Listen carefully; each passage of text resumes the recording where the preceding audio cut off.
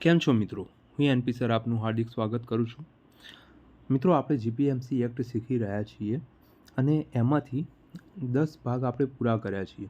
હવે આજે આપણે 11મો ભાગ જોવાના છીએ, બરાબર? આ ભાગ થોડો મોટો છે એટલે આપણે એક આખા વિડીયોની અંદર ભાગ કવર કરીશું, બરાબર?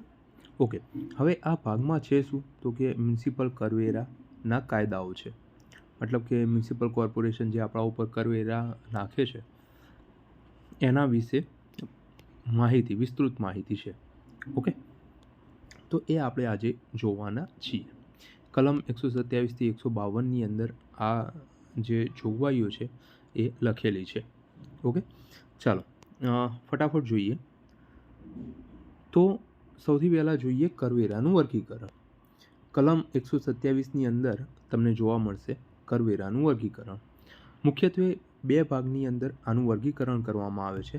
એક તો કે ફરજિયાત કરવેરા અને મરજિયાત કરવેરા. ફરજિયાત કરવેરા એટલે એવા કરવેરા કે જે આપણે ફરજિયાત એનો વેરો ભરવો જ પડે. મરજિયાત એટલે તમે ન ભરો તો પણ એ ચાલે. ઓકે, સેક્શન 127(1) ની અંદર ફરજિયાત કરવેરા છે. એની અંદર કયા કયા આવે છે તો કે મિલકત વેરો આવશે, વાહનો, હોડીઓ અને પ્રાણીઓ પરનો વેરો. ઓકે, 1949નો આ એક્ટ છે, બધાને ખબર હશે.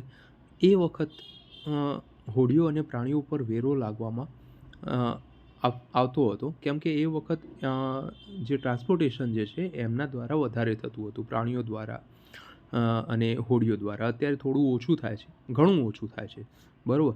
પરંતુ એના એક્ટ આપણે અત્યાર સુધી ખેંચતા આવ્યા છીએ, તો ફરજિયાત કરવેરાની અંદર એનો પણ સમાવેશ થાય છે. આ સિવાય મોબાઈલ ટાવર પરનો ટેક્સ પણ ફરજિયાત કરવેરાની અંદર આવશે. ઓકે, અહીંયા ખાસ જોગવાઈ છે, આ તમારા માટે આઈએમપી છે. હવે એવો કોઈ વિસ્તાર છે કે જે નવો બને છે, તો આ નવા વિસ્તાર માટે પ્રથમ 2 વર્ષ સુધી આ વેરો ફરજિયાત નહીં રહે, એના જગ્યાએ એ મરજિયાત વેરો રહેશે. ઓકે, તો અહીંયાથી આ પ્રશ્ન એક્ઝામમાં પૂછાઈ શકે છે. તો 2 વર્ષ તમે યાદ રાખજો. બીજું એ યાદ રાખવાનું છે કે નીચેનામાંથી ફરજિયાત કરવેરા કયા છે. ઓકે, એવી જ રીતે મરજિયાત કરવેરા તો કે કૂતરાઓ પરનો જે વેરો છે એ, મનોરંજન વેરો અને થિયેટર ટેક્સ, શહેરમાં પ્રવેશતા પ્રાણીઓ, વાહનો પરનો ટોલ. જો મિત્રો, અહીંયા ટોલ લખ્યું છે, ટોલ ટેક્સ, બરાબર. આપણે જે 4 વ્હીલર યુઝ કરીએ છીએ તો ઘણી જગ્યાએ તમે જોશો કે એ ટોલ ફરજિયાત હોય છે અને ઘણી જગ્યાએ ટોલ હોતો નથી, બરાબર. તો એ મરજિયાત કરવેરો કહેવાય. ઓકે, તો અહીંયા શહેરોમાં પ્રવેશતા પ્રાણીઓ અને વાહનો પરનું ટોલ એ પણ મરજિયાત કરવેરો થશે.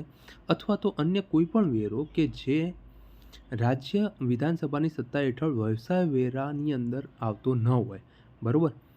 તો એવો કોઈ પણ વેરો કે જે મરજિયાત વેરો ગણવામાં આવશે. અહીંયા તમે ખાસ ધ્યાન કયું રાખશો તો કે મનોરંજન વેરો એ કયા પ્રકારનો છે? મનોરંજન અને થિયેટર એ મરજિયાત કરવેરો છે. કૂતરાઓ પરનો વેરો મરજિયાત છે અને શહેરમાં પ્રવેશતા પ્રાણીઓ અને વાહનો પરનો ટોલ ખાસ ધ્યાન રાખજો. કેમ કે અહીંયા વેરો લખેલું છે, બરાબર. જો વેરો હોય, પ્રાણીઓ અને વાહનો પરનો કોઈ વેરો હોય તો એ ફરજિયાત છે, પરંતુ ટોલ હોય તો એ મરજિયાત છે. ઓકે, તો આ સ્લાઇડ તમારા માટે આઈએમપી છે. નીચેનામાંથી કયો ફરજિયાત છે, કયો મરજિયાત વેરો છે, એ રીતે પણ પૂછાઈ શકે. બીજું, કોઈ નવી સિટી બને તો કેટલા વર્ષ સુધી ફરજિયાત કરવેરો એ મરજિયાત ગણાશે તો કે 2 વર્ષ સુધી. એ યાદ રાખવાનું છે. ઓકે, ચલો આગળ જોઈએ. હવે આગળ છે વેરાનો દર અને લઘુત્તમ રકમનું માળખું. મતલબ કે કોઈ સામાન્ય વેરો જે છે, મતલબ કે આગળ આપણે જે મિલકત વેરો જોઈ ગયા, એના પછીના કોઈ અન્ય પાણી વેરો છે, સફાઈ વેરો છે, આ બધા જે વેરા છે એના સિવાય જે વેરો લાગે એ સામાન્ય વેરો કહીશું, બરાબર. તો આ સામાન્ય વેરો એની આકારણીની કિંમતના 12%થી ઓછા નહીં અને 30%થી વધુ નહીં એટલો હોવો જોઈએ, બરાબર. તો અહીંયાથી તમારે આ પર્સન્ટેજ યાદ રાખવાના છે. સામાન્ય વેરો આકારણીની કિંમતના કેટલા ટકા હોવો જોઈએ તો કે 12%થી લઈને 30% સુધીનો હોવો જોઈએ. ઓકે, એના પછી આવે છે પાણી વેરો. પાણી વેરો બધા ભરતા જ હશે. શેના માટે હોય છે તો કે શહેર માટે પાણી પુરવઠો પૂરો પાડવા માટે આ વેરો લાગુ કરવામાં આવ્યો હોય છે. હવે એમાં આ આઈએમપી છે, બિન રહેણાંક માટે ₹5 દર મહિને. મતલબ કે કોઈ એક એવી બિલ્ડિંગ છે કે જેનો ઉપયોગ રહેણાંક માટે નથી થતો, મતલબ કે કોમર્શિયલ બિલ્ડિંગ છે અથવા તો કોઈ શોપિંગ સેન્ટર છે, બરાબર. તો એના માટે 1 મહિનાના 5 રૂપિયા લેખે, અને સંપૂર્ણ રહેણાંક માટે છે, તમે કોઈ ફ્લેટની અંદર રહેતા હોય તો એવા કોઈ ફ્લેટ માટે સંપૂર્ણ રહેણાંક માટે આ વેરો 1 મહિનાના 3 રૂપિયા લેખે હોય છે, બરાબર. એવી જ રીતે સફાઈ વેરો છે, એનો હેતુ શું છે તો કે ગંદકીનો નિકાલ કરવો, ગટર લાઇનની જાળવણી કરવી. આનો લઘુત્તમ દર કેટલો છે? કોઈ પણ જમીન કે ઇમારત માટે, મતલબ કે એ રહેણાંક હોય કે બિન રહેણાંક હોય, તો એના માટે 1 મહિનાના 2 રૂપિયા લેખે હોય છે, બરાબર. તો આ સ્લાઇડમાંથી 12%થી 30% યાદ રાખવાનું, 5 રૂપિયા પર મહિને, 3 રૂપિયા પર મહિને અને 2 રૂપિયા પર મહિને યાદ રાખવાનું છે. ઓકે, ચલો. એના પછી છે આ સામાન્ય વેરો જે છે, એ સામાન્ય વેરો ક્યાં લાગુ પડશે? તો કે માત્ર એવી ઇમારતો અને જમીનો ઉપર લાગવામાં આવશે જેની આકારણીની કિંમત 600 રૂપિયાથી વધુ હોય. જુઓ, આ 600 રૂપિયાથી છગડો છે મિત્રો, 600 રૂપિયાથી વધુ હોય એવી કોઈ જમીન કે ઇમારતો ઉપર આરે સામાન્ય વેરો લાગુ કરવામાં આવશે. હવે કેટલીક વધારાની જોગવાઈ છે, ક્યાં શેના માટે? તો કે ઝૂંપડાઓ અને ચાલીઓ માટે. આ ચાલીઓ તમે નામ સાંભળેલું હશે, સોનીની ચાલી અમદાવાદની અંદર આવેલું છે, ફેમસ એક સેન્ટર છે સોનીની ચાલી, જે બધા લગભગ જાણતા જ હોય છે, બરાબર. ચાલીઓ શું હોય? મેન મોટાભાગે એક ગલી હોય અને આજુબાજુમાં બધા ઘરો હોય, નજીક નજીક એકદમ, અને એક સાંકડી ગલી હોય, બરાબર. એવી રીતે ચાલીઓ હોય છે. તો રહેણાંક ઝૂંપડાઓનો વાર્ષિક ધોરણે વેરો નક્કી થશે.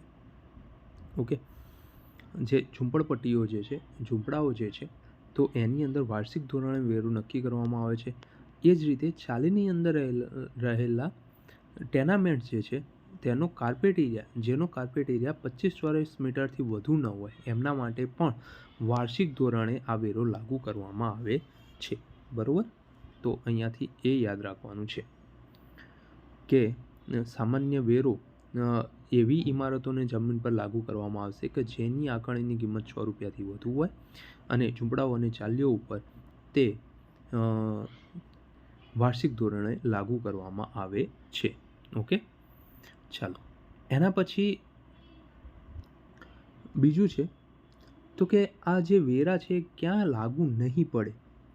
તો કે કોઈ મૃતકોનો નિકાલ કરવા માટેની કોઈ જગ્યા છે, મતલબ કે કોઈ સ્મશાન ગૃહ છે, બરાબર, કોઈ સ્મશાન છે, અથવા તો જાહેર પૂજા કે જાહેર ધર્માદા માટેની કોઈ જમીન છે, તો ત્યાં એ લાગુ નહીં પડે. અહીંયા કેટલાક ક્લોઝ છે, શું છે એ જોઈએ. તો કે જો કોઈ જમીનનો ઉપયોગ મૃતકોના નિકાલ, જાહેર પૂજા કે જાહેર ધર્માદા માટે થતો ન હોય, તો નિયમિત તમને જે મિલકત વેરો લાગુ કરેલો હોય એ તો ભરવો જ પડશે. પરંતુ જો આ ઉપરના 3 રીતે એનો ઉપયોગ થતો હોય કોઈ જમીનનો, તો એ જમીન ઉપર કોઈ વેપાર ધંધો થાય છે કે તેમાંથી કોઈ ભાડું મેળવવામાં આવે છે, એ પૂછવામાં આવે. જો એવો કોઈ વેપાર ધંધો નથી થતો અને ભાડું મેળવવામાં નથી આવતો, તો સંપૂર્ણ કરની મુક્તિ આપવામાં આવે છે, બરાબર. મતલબ કે કોઈ મિલકત વેરો કે અન્ય કોઈ પણ વેરો એના ઉપર લાગશે નહીં. પરંતુ એવી જગ્યા ઉપર કોઈ વેપાર ધંધો થાય છે અથવા તો ભાડું મેળવવામાં આવે છે, તો મુક્તિનો દર અથવા તો ટેક્સ લાગશે. મુક્તિ રદ થશે અને ટેક્સ લાગશે, મતલબ કે એના ઉપર વેરો લાગુ પડશે. અથવા તો કોઈ અમુક ભાગ ઉપર જ એવો વપરાતો હોય, અન્ય રીતે વપરાતો હોય, તો એના ઉપર અલગ મિલકત ગણી એના ઉપર ટેક્સ લાગુ કરવામાં આવશે, બરાબર. હવે આનો મુખ્ય મતલબ શું થયો, મુખ્ય હેતુ શું થયો? તો કે મૃતકોના નિકાલ માટે કોઈ એવી જમીન છે કે ફક્ત ને ફક્ત મૃતકોના નિકાલ માટે, જાહેર પૂજા માટે કે જાહેર ધર્માદા માટે કરેલી હોય, બરાબર, તો ફક્ત ને ફક્ત એવી જ જમીન ઉપર સંપૂર્ણ કરમાંથી મુક્તિ મળશે, બરાબર. મતલબ કે એના ઉપર કોઈ પણ પ્રકારનું ટેક્સ લાગુ પડશે નહીં. ઓકે, ચલો આગળ જોઈએ. આગળ શું છે તો કે રાજ્ય સરકારની એવી કોઈ મિલકત છે કે જે જાહેર હેતુ માટે હોય, મતલબ કે એનો કોઈ નફા માટે ઉપયોગ કરવામાં આવેલો ન હોય, જાહેર હેતુ માટે હોય, તો એ મિલકત ઉપર ચૂકવવા પાત્ર રકમ કેટલી હોય? તો કે સામાન્ય માલિકીના વેરાના 8/10 જેટલી હોય. આ અહીંયા તમારે યાદ રાખવાનું છે, 8/10 જેટલી, એટલે મતલબ કે 80% જેટલી હોય. અને એ રકમ જે છે એ રાજ્ય સરકારને દર વર્ષે 31મી માર્ચ સુધી ચૂકવવામાં આવશે. હવે એ જે રકમ છે એ કોણ નક્કી કરશે? તો કે આકારણીની કિંમત રાજ્ય સરકાર નિયુક્ત અધિકારી દ્વારા નક્કી થશે અને સામાન્ય રીતે 5 વર્ષ સુધી તે માન્ય રહેશે. ઓકે, તો એક એવી રકમ અને એના 80% જેટલો વેરો રાજ્ય સરકારને ભરવાનું થશે. ક્યારે? તો કે 31 માર્ચ સુધીમાં. ઓકે, અને એ નક્કી કોણ કરશે? તો કે સરકાર નિયુક્ત કોઈ વ્યક્તિ. ઓકે, ચાલો આગળ જોઈએ. હવે આ જે તમે વેરો ભરો છો એમાંથી વળતર અથવા તો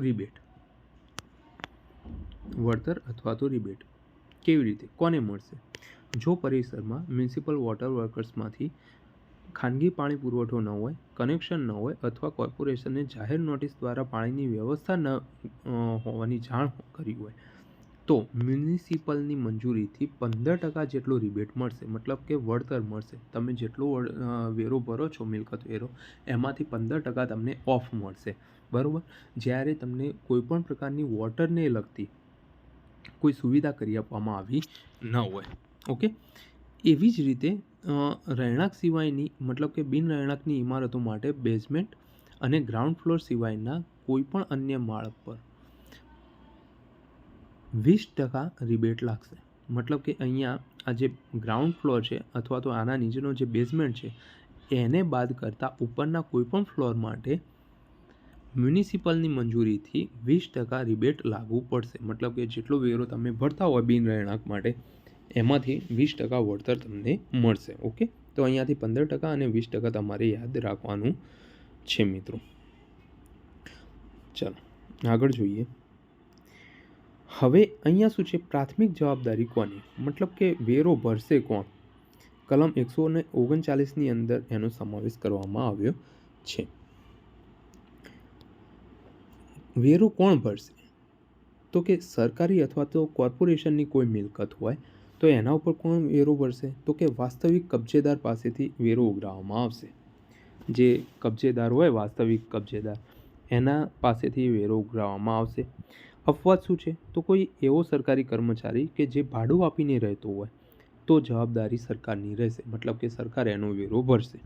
ઓકે, હવે એના સિવાયની કોઈ મિલકત છે તો પ્રાથમિક વસૂલાતનો ક્રમ. પ્રાથમિક કોના પાસેથી આપણે વેરો વસૂલ કરી શકીએ? તો શું છે કે જો મિલકત ભાડે આપેલું હોય તો એ મકાન માલિક પાસે, બરાબર. કોઈ જે જગ્યા છે ભાડે આપેલી હોય તો એના મકાન માલિક પાસેથી એ ઉઘરાવવામાં આવશે. જો એવું ન થાય તો પેટા ભાડે આપેલું હોય તો મુખ્ય મકાન માલિકથી, બરાબર. કોઈ જગ્યા એવી છે કે જે પેટા ભાડે આપેલી છે, ઓકે, તો એનો જે મુખ્ય મકાન માલિક છે એના જોડેથી વેરો ઉઘરાવવો પડે, વેરાની વસૂલાત કરવી પડે. ઇન શોર્ટ, જો એવું ન હોય, જો ભાડે આપેલું ન હોય તો ભાડે આપવાનો જે અધિકાર ધરાવતી વ્યક્તિ હોય, બરાબર, તો એના પાસેથી વેરો ઉઘરાવી શકાય. ઓકે, એના પછી શું છે? જો જમીન 1 વર્ષથી વધુ સમય માટે ભાડે આપી હોય અને ભાડુઆતે બાંધકામ કર્યું હોય તો મિલકત વેરો ભાડુઆત અથવા તેના વારસદાર પાસેથી વસૂલાશે. ઓકે, હવે તમે કોઈ એક જગ્યાએ ભાડે રહો છો તો એ જમીન 1 વર્ષથી વધુ સમય માટે ભાડે આપેલી હોય. ઓકે, 1 વર્ષથી વધુ સમય માટે એ ભાડે આપેલી હોય અને ભાડુઆતે એના ઉપર બાંધકામ કર્યું હોય તો એ જે વેરો છે એ કોના ઉપર લાગશે? એ મતલબ કે કોને એ વેરો ભરવો પડશે? તો કે ભાડુઆતે ભરવો પડશે, નહીં કે મકાન માલિકને, મતલબ કે જમીનનો જે માલિક હોય એને. ઓકે, તો અહીંયા આ જે નીચેની જે લાઈન છે ખાસ યાદ રાખજો મિત્રો. ઓકે, ચલો હવે આગળ શું છે? કબજેદાર પાસેથી વસૂલાત. કલમ નંબર 140. મતલબ કે જે કબજો કરે છે એના પાસેથી વસૂલાત કેવી રીતે કરવી? કોઈ મકાન માલિક છે તો મુખ્ય વ્યક્તિ બિલ ન ભરે તો કમિશનર વાસ્તવિક કબજેદારને બિલ બજાવી શકે.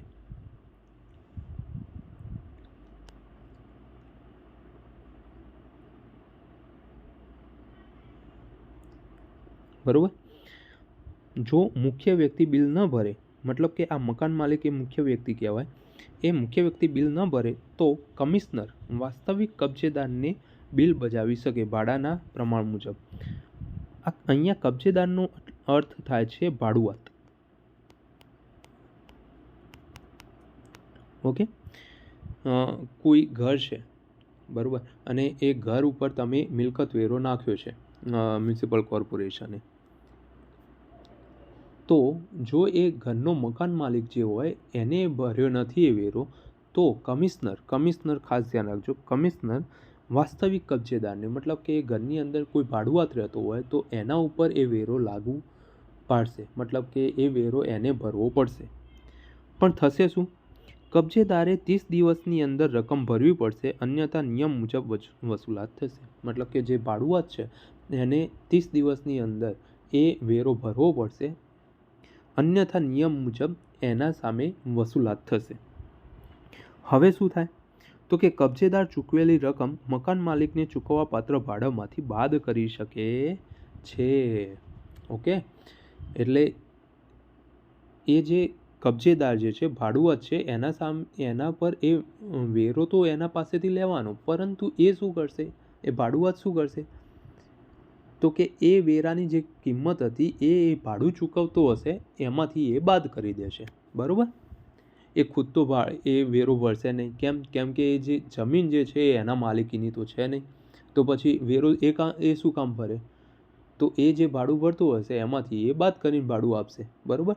તો સીધી રીતે કોઈ મકાન માલિક વેરો ના ભરે તો કમિશનર આવી રીતે અવળી રીતે પણ ભરાવી શકે છે. બરાબર. ઓકે. કબજેદારને રક્ષણ, મતલબ કે જે ભાડુઆત છે એને રક્ષણ આપવામાં આવ્યું છે. કબજેદાર પાસેથી વસૂલ કરી શકાશે નહીં જો હવે કોઈ એવી સિચ્યુએશન છે કે જેમાં આ ભાડુઆત કે કબજેદાર પાસેથી કોઈ રકમ વસૂલ ના કરી શકાય. કેમ? તો કે બાકી રકમ ક્યારે? તો કે બાકી રકમ 1 વર્ષથી વધુ સમયથી બાકી હોય. બરાબર. હવે કોઈ એક એવો મકાન માલિક હોય જે ઢીઠ હોય, બરાબર, ઢીઠ એટલે તો ખબર છે ને, એક વખત તમે મકાન વેરો ભર્યો નથી, મિલકત વેરો ભર્યો નથી, અને બીજા વર્ષે પણ એ વેરો બાકી હોય, મતલબ કે 1 વર્ષથી વધુ કોઈ વેરો બાકી હોય, તો કમિશનર એ ભાડુઆત કે કબજેદાર પાસેથી એ વેરો વસૂલ ન કરી શકે. બરાબર. એ સમયગાળાની હોય જ્યારે એ વ્યક્તિ કબજેદાર ન હતો, મતલબ કે અત્યારે કોઈ ભાડુઆત છે, બરાબર, અને એવો વેરો બાકી છે કે જે આગળના વર્ષનો છે, અને આ જે હમણાં જ એરિયોએ કબજેદાર અથવા તો ભાડુઆત આવ્યો છે, તો ત્યારે એરિયોએ ભાડુઆત નહોતો અને એ વખતનો વેરો બાકી હતો, તો એ વેરો કમિશનર અત્યારનો જે ભાડુઆત છે એના પાસેથી વસૂલ ન કરી શકે. આ તમે ખાસ ધ્યાન રાખજો. ઓકે, ચાલો આગળ જોઈએ. હવે અહીંયા શું છે? તો કે આ જે વેરો છે એ વસૂલ કરવાની રીત છે. કઈ રીતે કમિશનર વેરો વસૂલ કરી શકે? કલમ 128ની અંદર જણાવવામાં આવ્યું છે. તો કે એક બિલ રજૂ કરીને, મતલબ કે તમે દરેકના ઘરે એક વેરો તો આવતો જ હશે, બરાબર, જેને મ્યુનિસિપલ વેરો પણ આપણે કહીએ છીએ, હા, મિલકત વેરો કે ઘર વેરો એવી રીતે બધા કહેતા હોય છે. તો બિલ રજૂ કરીને કે જે દરેકના ઘરે આવતું જ હશે બિલ, બરાબર, વર્ષે 1 વખત આવે છે, એની અંદર બધા વેરા લખેલા હોય છે, પાણી વેરો, ગટર વેરો, સફાઈ વેરો, આ દરેકે દરેક વેરા એની અંદર લખેલા હોય છે. બરાબર. તો આ બિલ રજૂ કરીને પ્રાથમિક નોટિસ આપીને તે વસૂલ કરી શકે. બીજું, લેખિત માંગણીની નોટિસ, મતલબ કે તમે જો આ પ્રાથમિક બિલ રજૂ કર્યું હોય ને તમે એ ભરતા નથી તો એક નોટિસ આપે છે, તો એ રીતે કરી શકે. અથવા તો જંગમ મિલકતની જપ્તી અથવા તો વેચાણ, મતલબ કે કોઈ વાહન છે અથવા તો સામાન છે તમારું, એની જપ્તી કરી નાખે અને એનું વેચી દે અને પછી એમાંથી વેરો વસૂલ કરી શકે. અથવા તો મોટો વેરો હોય અને તમે ભર્યો નથી, તો કે સ્થાવર મિલકતની જપ્તી અને વેચાણ, મતલબ કે કોઈ મકાન કે જમીન છે એ જપ્ત કરી નાખે અને એનું વેચાણ કરીને પછી એમાંથી વસૂલ કરી નાખે વેરો, બરાબર. અથવા તો કોઈ ટોલ ટેક્સ તમે ભરતા નથી, ટોલના કિસ્સામાં તો સામાન અને વાહનની જપ્તી, મતલબ કે આખું વાહન તમારું જપ્ત કરી નાખે, બરાબર, જો ટોલ તમે ભર્યો ન હોય તો. મિલકતના ભાડાની જપ્તી, બરાબર, તમે કોઈ એવી મિલકત છે અને એ ભાડા પેટે આપી છે તો એ ભાડું પણ તે જપ્ત કરી શકે છે. દાવો માંડીને આ કશું ના થાય આની અંદર, જો આ દરેકે દરેક રીતથી જો કમિશનર તમારી પાસે કોઈ વેરો વસૂલ ના કરી શકે તો એક લાસ્ટ ચાન્સ છે કે દાવો માંડીને અથવા તો કોર્ટમાં સિવિલ કેસ કરીને તે તમારી પાસેથી વેરાની વસૂલાત કરી શકે છે. અહીંયા આ મોસ્ટ આઈએમપી છે. જો તમે વેરો ટાઈમ ટુ ટાઈમ ભરતા નથી અને વિલંબ કરો છો તો 18% સાદું વ્યાજ લાગશે. ઓકે,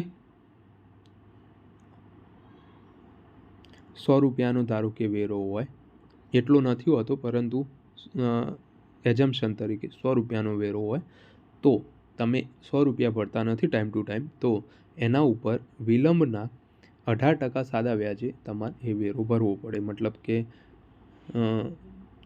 100 રૂપિયાના 118 રૂપિયા તમારે ભરવા પડે. ઓકે, તો અહીંયાથી આ 18% તમે ખાસ યાદ રાખવાના છે. ઓકે, ચાલો રાઇટિંગ ઓફ કોને કહીશું? ટેક્સ માંડવાળ કરવું એટલે તો કે જતું કરવું, મતલબ કે હવે એ વેરો લેવો નથી એવી રીતે જતું કરવું, બરાબર. કોની સત્તા છે? તો કે કમિશનરની સત્તા છે. અને કોની મંજૂરીથી? તો કે સ્ટેન્ડિંગ કમિટીની મંજૂરીથી કમિશનર આવી રીતે માંડવાળ કરી શકે. ક્યારે? જ્યારે કોઈ ટેક્સની બાકી રકમ અથવા વસૂલ કરવા માટે થયેલા ખર્ચની રકમ વસૂલ કરી શકાય તેમ ન હોય, મતલબ કે ટેક્સનું જે બાકી રકમ હોય એ વસૂલ તમે ના કરી શકો, કોઈ કમિશનર વસૂલ ન કરી શકે એવું કોઈ પરિસ્થિતિ ઉત્પન્ન થઈ હોય ત્યારે એ ટેક્સનું માંડવાળ કરી શકે. ઓકે, પરિણામ શું છે? તો કે તે રકમને વખતો વખત માંડવાળ કરી શકાય છે. અહીંયાથી આ સ્લાઇડમાંથી મોસ્ટ આઈએમપી શું છે કે ટેક્સની માંડવાળ, મતલબ કે આ વેરાની માંડવાળ, મતલબ કે વેરો જતો કરવો, મતલબ વેરાની વસૂલાત ન કરવી, એવું કોણ કરી શકે? કમિશનર કરી શકે. કોની મંજૂરીથી? તો કે સ્ટેન્ડિંગ કમિટીની મંજૂરીથી કરી શકે. અને આ કલમ આઈએમપી છે 152 નંબરની કલમ. ઓકે,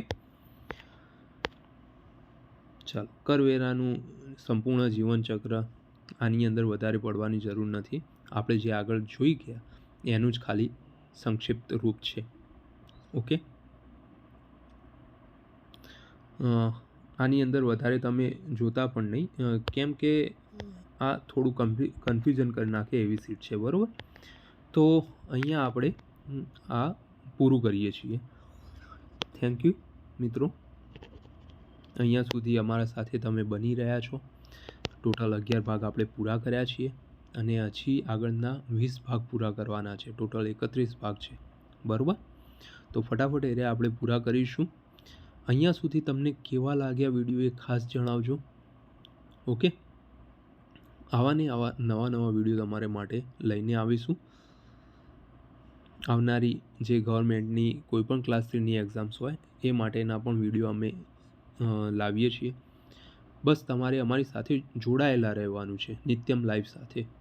ઓકે, હું તમને ગેરંટી આપીને કહું છું કે અમારા વિડીયો ક્યાંક ને ક્યાંક તમારા એક્ઝામની અંદર તમને પાસ થવા માટે ખૂબ ઉપયોગી રહેશે, બરાબર. ચલો મળીએ ત્યારે.